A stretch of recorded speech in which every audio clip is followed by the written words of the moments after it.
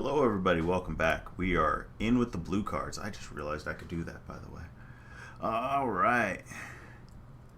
This is the blue cards for the Magic Origins, which is the core set for 2015, and will be the last core set. So far we've seen a couple of things, but not really anything all that interesting. Tragic Arrogance was about the most interesting thing, and it had a non-land clause, which made me really sad. So no, you can't play it in a deck, and then Knight of the Reliquary path their guy and like Tragic Arrogance them. It won't work. Alright. My own heartache aside. Well, so we have, I'm going to call this Alibaba, High Arbiter. Almeret. And when this enters the battlefield, each opponent reveals his or her hand. You choose a card from it that was revealed from it. They can't cast that spell. So essentially it discards a card from their deck. Until this dies. It's a 7 mana 5/5 flyer essentially, and that's not very good. Could see play unlimited just because it is a 5/5 flyer. But 7 is so high. Anchor to the Ether. Put target creature on top of its owner's library. No, it's a sorcery. Scry 1. Whatever. It's a tempo card. Temporal Spring is what I rate everything against for those things. This isn't Temporal Spring. It's no Temporal Spring. It's no Plow Under. It's just meh.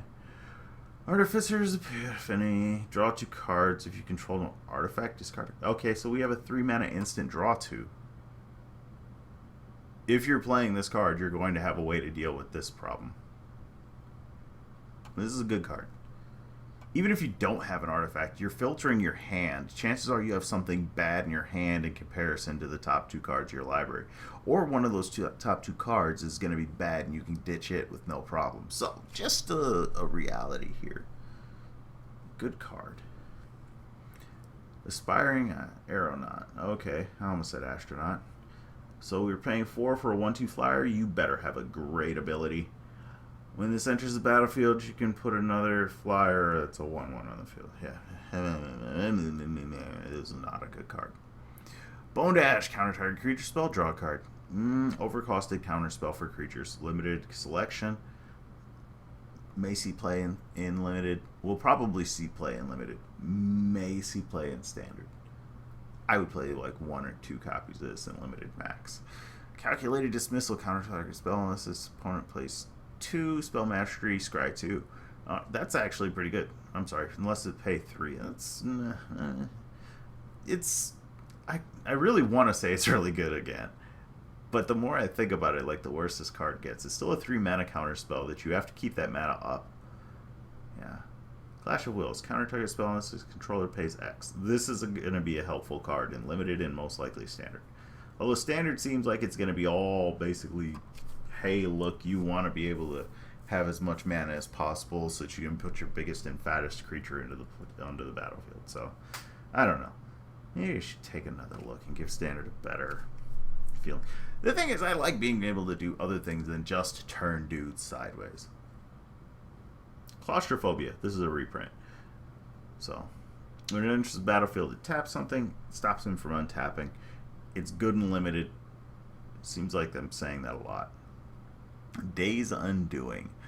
I've heard about this card. The player shuffles their graveyard into your library and then draws 7. If it's your turn,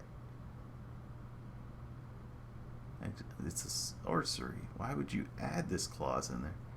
I guess you could cheat it in and do things. I mean, I don't know how many people are playing Quicken, but sure, I guess.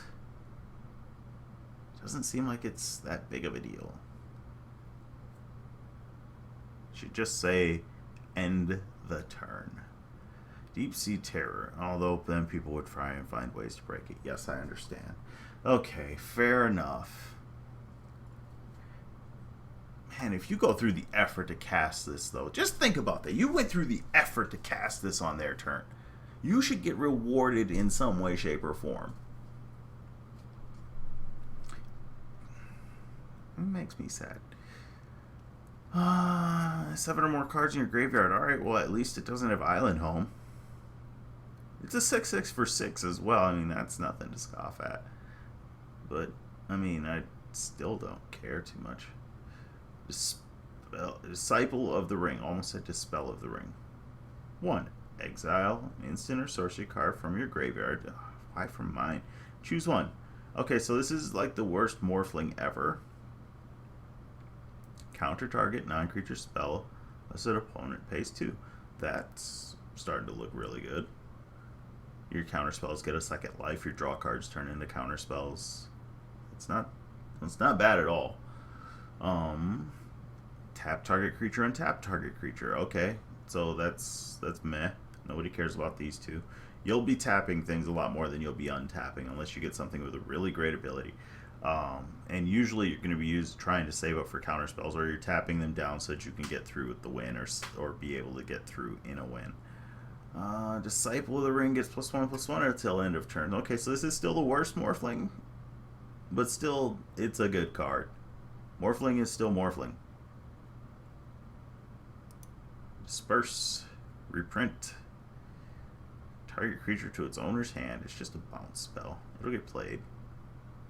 In some format, it'll get played. Won't be a top pick, but it's still good. Return all non-land permanents with converted mana cost X or non-land thing, whatever, to their owner's hand. So this is actually really good. I don't have anything bad to say about it. Great tempo card. If you don't have a lot of non-land permanents, you can just, and you're off to go.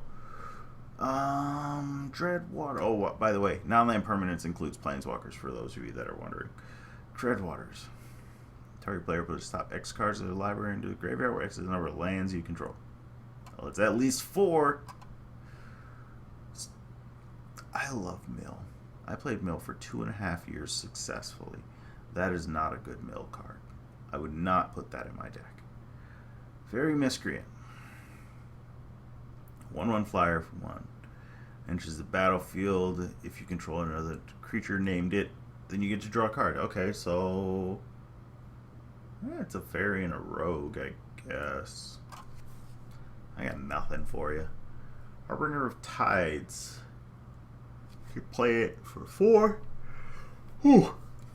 Excuse me. That one just kind of crept up on me. And it has Flash. That's not bad. Although a 4-mana 2/2 is not great. Comes to the battlefield. Return target tapped creature to bounces an attacker. Or something that did attack the turn before. I don't see that being... It's just a card. And that's all it is. Hydro Slash. Draw a cantrip -2/-2. Unless they're swinging with the Swarm, that card is not worth it. Alright, so we have our Jace Planeswalkers. Let's see what you do. You are 0/2 for 2. That's okay, you're blue. I understand that. Draw a card, then discard a card. Fair enough. That's a really good ability. If there are 5 or more cards in your graveyard, exile them and then return them to the battlefield transformed under his owner's control.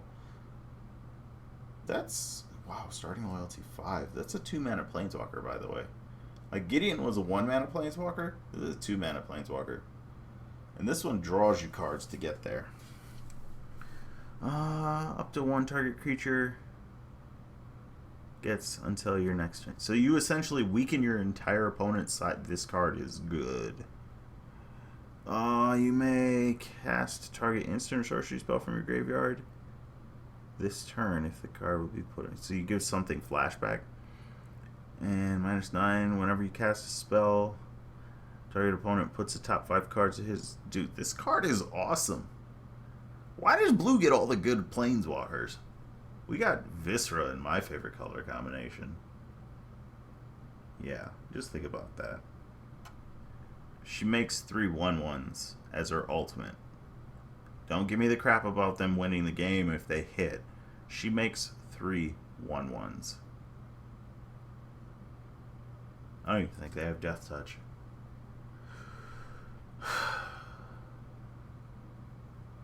Jace's Sanctum. Instants and sorcery spells cost 1 less. Theme. I don't like this card. This card's not going to be very good. Is it a rare? What the fuck? I guess. It'd be abusable if it was cost anything less. This could be an uncommon and we could get away with it. I don't see this doing anything at all. Alright. Yes and Thief. Prowess. Oh, this is that ability. Yeah. I'm an idiot. I was looking at it, I was like, what is this? And the freaking Monastery Monk gives it to everybody. Or at least his dudes. I don't actually know. Whenever Tristan Thief does combat damage to a player, it's Ophidian. This is the Ophidian, except for it can become a 2/4. It seems to be a common theme in a lot of these. Maritime Guard is a reprint and was not used because it was not a 1/3 flyer. Mizium Meddler. Flash for a 1/4. Okay. When it enters the battlefield, may change the target spell ability to Mizium Meddler. You know what this makes me think of? Another way to solve the whatchamacallit deck in modern Splinter Twin. They cast their guy end of turn and like, yeah, and I'm gonna slam this thing down and I've got my negate up. And you're like, haha, Mizium Meddlers, ha ha ha ha. I got 3 mana too, jerk. And they look at you and they go, and so you do. You have fun. And for the rest of the game, anytime anybody wants to cast a spell that targets something, you make a copy of this thing, and it goes to them. By the way, that's sick. Negate. Counter target 9 creatures. This will get played. If you don't have your 4 already, just get 4. It's good in every format that exists, because at some point you might just want it. It's not really played in Legacy because there are better counters, but Modern, it's there, right? It is there in Modern, right? I could have swore I saw something the other day playing it. Nivix Barrier, Defender, whenever battlefield target. Okay, nobody. A 4 mana wall that doesn't have flying in blue. Doesn't bother anybody else. Pretty sure there are others, but it's just like one of those things. It's just like, really, you just did that. Whatever. Psychic Rebuttal. Counter target instant sorcery spell that targets you. Gives you the giant finger to burn dex, and then you may copy the spell, counter this way, and pick new targets. That's Browbeat, target you. Browbeat, target. Yeah. A lot of cards of damage going around, people. Ring Warden Owl, 5 mana 3/3 with Prowess. Prowess. That L is going to creep in there so many times. And that's really all. It's going to get played. It's 5 mana 3/3 flyer. If it didn't have flying, it wouldn't. But it's a 3/3 flyer, and those things tend to be good in draft and sealed. Scrapeskin Drake can block only creatures with flying. I feel like we've seen this card a couple times before, just with other names. In fact, I'm 100% sure that maybe they were 3/2s and not 2/3s. That would make them better, by the way. Not this thing being better. This thing is worse because it's a 2/3 as opposed to a 3/2. But, yeah. Screeching Scob. Let's go back to the zombie thing with the worst picture ever. This is like the end of an anime here where the bad guy is starting to explode and throw up and all that other weird stuff that they do sometimes. I'm thinking of Ninja Scroll, the girl with the cast off skins. Yeah. Put 2 cards from your library into your graveyard. So it's only a 2/1. Ironically, that's also his power and toughness. I meant 2 as in TOO or TWO. 1 as in WOONE. Yeah, still, no, this isn't working. We're just going to stop. This is another one that does 2 cards. There we go. Send to Sleep. Tap target 2 creatures. Spell mastery, I'm assuming. Yep, they don't untap during their next untap step. There's another card that does that. The spell mastery stuff is really nice. They usually give an ability on here so far that's actually somewhat interesting. But at the same time, they give an ability that really usually doesn't matter. This one actually matters. So, it being an instant also helps. Alright, another wizard. 4 mana wizard. This one's a human. Enters the battlefield and return target creature to its owner's hand. It bounces. Yay. It'll see play in limited because it's a tempo card. Huh. Sigiled Starfish. Scry 1. That's not bad. Goliath is a reprint. It's not the reprint that I was hoping for, but hey, it's a reprint. It's just a giant overcosted zombie that you can't play out of your graveyard. Soulblade Jin. Dijin. Who wants the Dijon mustard? This one will immediately get played because it is a flying 5 mana 4/3. Whenever you cast a non-creature spell, creatures you control get +1/+1. So it pumps your whole team. Yeah, this is just a good card. This is the card that I was looking at as a replacement in Enchantress, because it can also draw cards, and it's 3 mana, and it can win you the game against anything that doesn't have an Emrakul in the deck. I like this card. I like it in some things. I don't like it in others. I love it in limited, which is why it's an uncommon. I would actually be okay with the other thing. The frickin' thing that I said could be an uncommon and be just fine. I think that this would be just fine as a rare, because in limited, this is a lot of cards. And even in the later game, this thing stays live because draw a card. Like, just activate the process again, just because. But I do find it better in Legacy. Modern, not really. It could do something in Modern. There aren't very many things that actually reshuffle the library in. So, yeah. Stratus Walk. When Stratus Walks, then draw a card. Yay. Enchanted creature is flying. Can only block creatures with fly. Okay, so it turns it into that other thing. This is just jump on an enchantment. That's it. And it cantrips. That makes it better. This actually changes it a whole lot, because 2 mana isn't a lot, and you do this to something that actually can use it. Has an ability. I don't know. Does the Ophidian have the ability to... I didn't think it had the flight. Yeah, no. It does not have flight. So this would actually be really good on that Ophidian. Alright. Talent of the Telepath. Target player reveals 7 cards of his or her library. You may cast an instant or sorcery card among them without paying the mana cost. And push rest into his graveyard. Target opponent reveals the top 7 cards of his library. You may cast an instant or sorcery card from among them without paying the mana cost. Then, that player puts the rest into his graveyard. Spell Mastery. You may cast up to 2 revealed instants or sorceries. That's actually pretty good. I'm trying to think of what exactly...